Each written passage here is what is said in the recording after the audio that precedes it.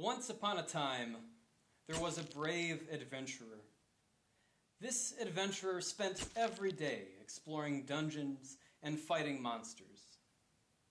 One day, he discovered something odd. It was a dungeon he'd never seen before.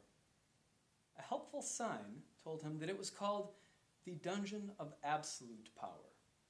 According to the sign, the dungeon held the ultimate treasure, and anyone who conquered the dungeon's trial would become the Master of the Infinite. This all sounded great to the adventurer, so he proceeded. Little did he know what lay ahead in his Mathventure. At the bottom of the staircase, the adventurer saw a stone door with a graph on it. Above the equation of the graph, there was a note. It said that to break down the door, one would have to find its weak point of inflection. Luckily, the adventurer was a calculus student.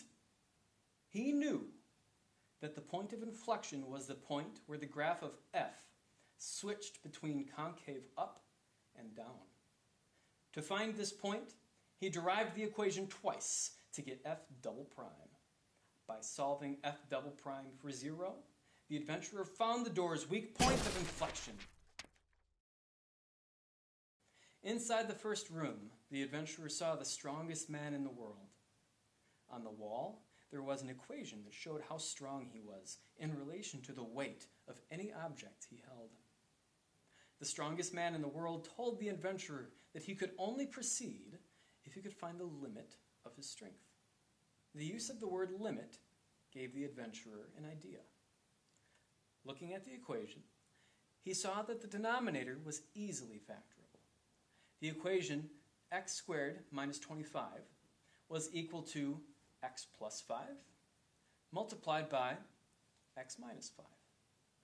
Knowing this, the adventurer plugged in 5 and negative 5 to find that the limit of the equation as x approached 0 was undefined. Of course, a negative 5-pound rock is ridiculous, so the adventurer gave the strongest man in the world a 5-pound rock to hold. After a number of amazing and incredibly elaborate adventures, the adventurer finally reached the end of the dungeon. In the final room, there was a golden treasure chest and a hideous monster. The monster told the adventurer that the treasure was his if he could find the volume of a graph rotated around y equals 4.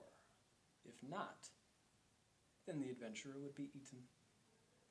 To find the volume, the adventurer had to find the inner and outer radii of a cross-section. The inner radius was equivalent to the difference between the lines y equals 4 and y equals x.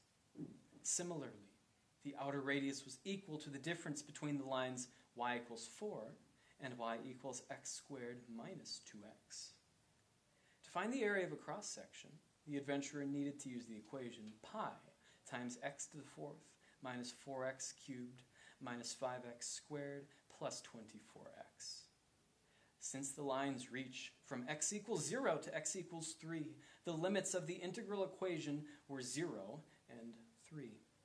This gave a final volume of 153 pi over 5. The adventurer, however, didn't know any of this, since finding volume had been his worst subject in calculus.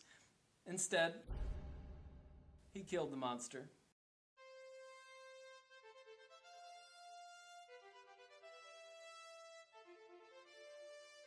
The adventurer had conquered all of the dungeon's challenges. He had beaten the Dungeon of Absolute Power. Having become the Master of the Infinite, he opened the golden chest and unveiled the ultimate treasure. It was knowledge.